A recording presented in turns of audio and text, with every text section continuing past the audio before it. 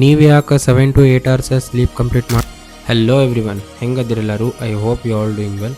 And ಇವತ್ತು ನಮ್ಮ content ಕ್ರಿಯೇಷನಿಂದ 38th day. So ನಾ ಇವತ್ತು ಮಾರ್ನಿಂಗ್ ನಂದು ವರ್ಕೌಟ್ ಶೋಲ್ಡರ್ ಮತ್ತು ಕೋರ್ ಟ್ರೈನಿಂಗ್ ಇತ್ತು. ಸೊ ನಾನು ನನ್ನ ಶೋಲ್ಡರ್ಸ್ನ ಮತ್ತು ನನ್ನ ಕೋರ್ ಹೆಂಗೆ ಟ್ರೈನ್ ಮಾಡ್ತೀನಿ ನೋಡೋಣ.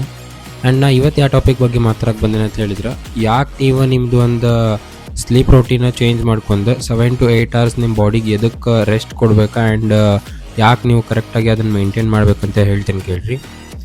ಸಿಂಪಲ್ಲಾಗಿ ಹೇಳ್ತೀನಿ, ಅರ್ಥ ಮಾಡ್ಕೊರಿ.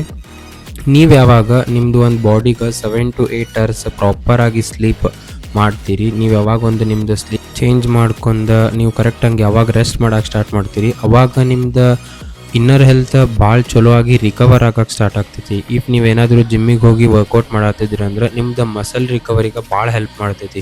ಸ್ವಲ್ಪ ಜನ ಅನ್ಕೊಂತಾರೆ, ಸ್ವಲ್ಪ ಜನಗೆ ಜಿಮ್ಮಿಗೆ ಹೋಗ್ತಿರ್ತಾರೆ, ಡಯಟ್ ಕಂಪ್ಲೀಟ್ ಮಾಡ್ತಿರ್ತಾರೆ, ಎಲ್ಲ ಇರ್ತೈತಿ, ಎಲ್ಲ ಪ್ರಾಪರ್ ಆಗಿರ್ತೈತಿ. ಬಟ್ ಅವ್ರದ್ದು ಮಸಲ್ ಗ್ರೋತ್ನ ಆಗ್ತಿರಂಗಿಲ್ಲ.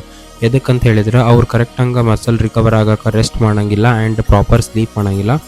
ಇದ್ರ ಸಂಬಂಧ ಅವ್ರ ಮಸಲ್ ರಿಕವರಿನೂ ಆಗಂಗಿಲ್ಲ ಆ್ಯಂಡ್ ಅದು ನೀವು ಮಸಲ್ ಬ್ರೇಕ್ ಡೌನ್ ಆಗಿದ್ದ ಹೊಳ್ಳಿ ರೀಬಿಲ್ಡ್ನೂ ಆಗಂಗಿಲ್ಲ.